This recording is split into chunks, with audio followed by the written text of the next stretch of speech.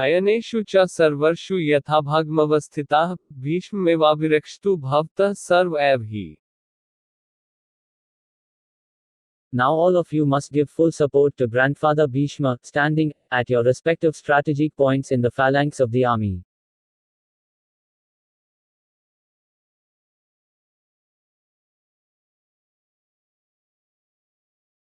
Jai Shri Krishna.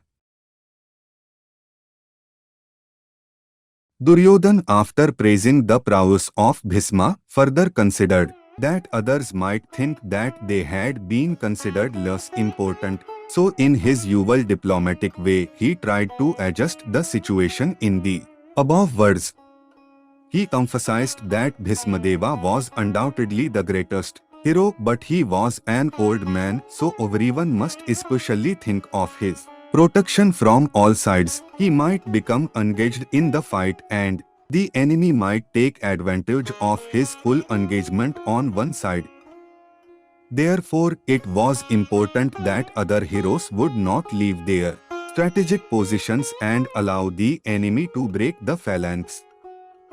Duryodhan clearly felt that the victory of the Kurus depended on the presence of Bhismadeva.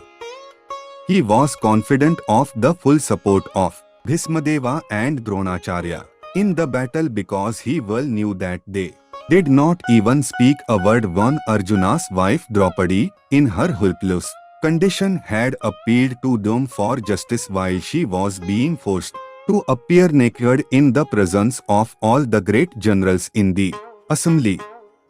Although he knew that the two generals had some sort of affection for the Pandavas, he hoped that all such affection would now be given up by them, as was customary during the gambling performances. With this we saw the meaning of the 11th verse of the first chapter. Now tomorrow we will see the meaning of the 12th verse. Hare Krishna Krishna Krishna Hare Hare, Hare Ram Ram Ram Hare Hare.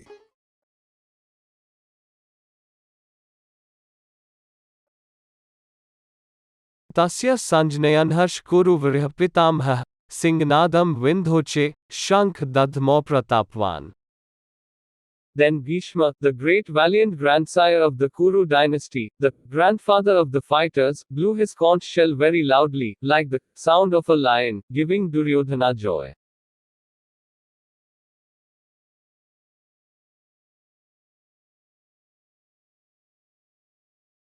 Jai Shri Krishna. The grandsire of the Kuru dynasty could understand the inner meaning of the heart of his grandson Duryodhan, and out of his natural compassion for him he tried to cheer him by blowing his conch shell very loudly, befitting his position as a lion. Indirectly, by the symbolism of the conch shell, he informed his depressed grandson Duryodhan that he had no chance of victory in the battle, because the Supreme Lord Krishna was on the other side.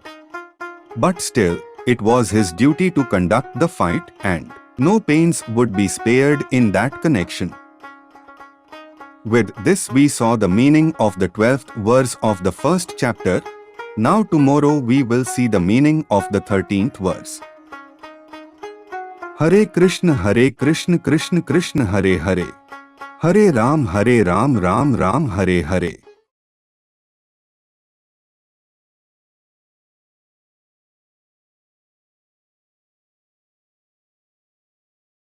ततः शदखाश्च भैर्यश्च पणवानक गोमुखा है सहसैवाभ्यहन्यंत स शब्दस्तुमुलोभवत.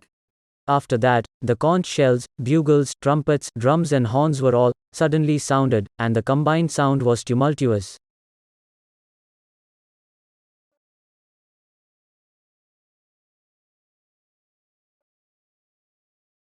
ततः श्वैरैर्युक्ते महति स्यन्दने स्थितः माधवः पाण्डवश्च चैव दिव्यो शंखो प्रदधमतो. On the other side, both Lord Krishna and Arjuna, stationed on a great chariot drawn by white horses, sounded their transcendental conch shells.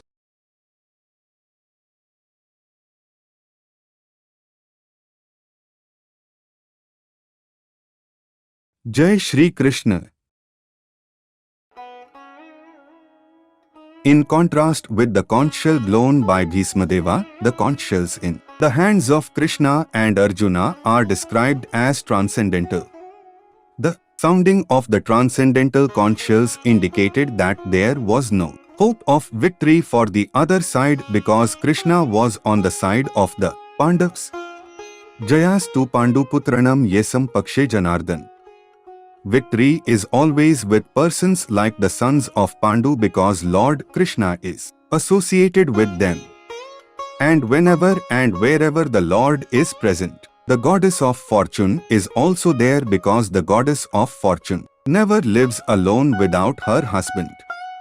Therefore, victory and fortune were awaiting Arjuna, as indicated by the transcendental sound produced by the conch shell of Vishnu or Lord Krishna. Besides that, the chariot on which both the friends were seated was donated by Agni, the fire god, to Arjuna, and this indicated that this chariot was capable of conquering all sides wherever it was drawn over the three worlds. With this we saw the meaning of the 14th verse of the first chapter. Now tomorrow we will see the meaning of the 15th verse. Hare Krishna Krishna Krishna Hare Hare. Hare Ram Ram Ram Hare Hare.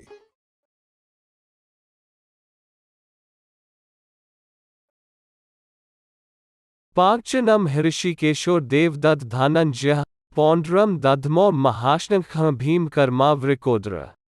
Then, Lord Krishna blew his conch shell, called Panchajanya, Arjuna blew his, the Devadatta, and Bhima, the voracious eater and performer of Herculean tasks, blew his terrific conch shell called Pondra.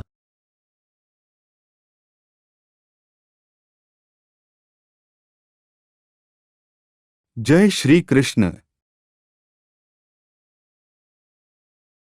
Lord Krishna is referred to as Hrishikesha in this verse because he is the owner of all senses.